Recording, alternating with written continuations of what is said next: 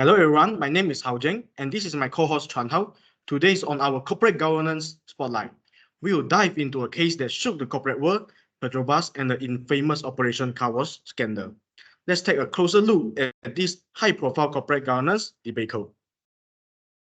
Petrobras, a Brazil state-owned oil company, once held a beacon of success in the energy sector, found itself at the center of a massive corruption scandal known as Operation Car Wash. The scandal began to unravel in 2014 when investigation revealed a web of corruption involving Petrobras executive, contractors, and politicians. It was discovered that billions of dollars were siphoned off through inflated contracts, kickbacks, and bribery scheme.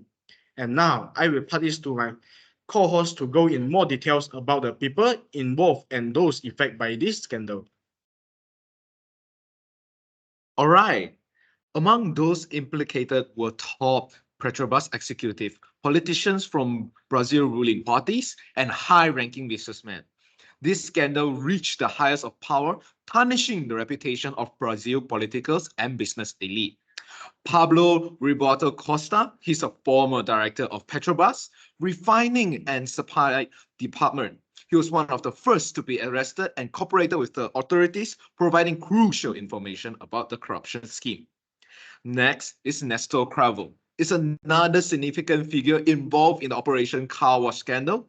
He was a former director of Petrobras International Division and played a key role in facilitating the corrupted scheme within the company. Cravel was arrested and later convicted for corruption and money laundering related to kickback from contractors and bribes associated with Petrobras contracts. Next in line is Aldemar Britlin.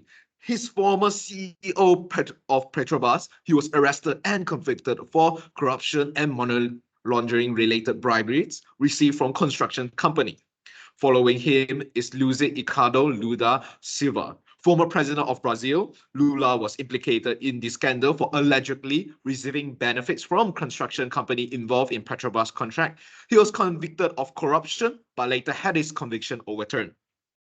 Although not directly related, but Diana Rousseff, the former president of Brazil, she faced criticism for her role as chairwoman of Petrobras during parts of the time when the corruption scheme was in operation.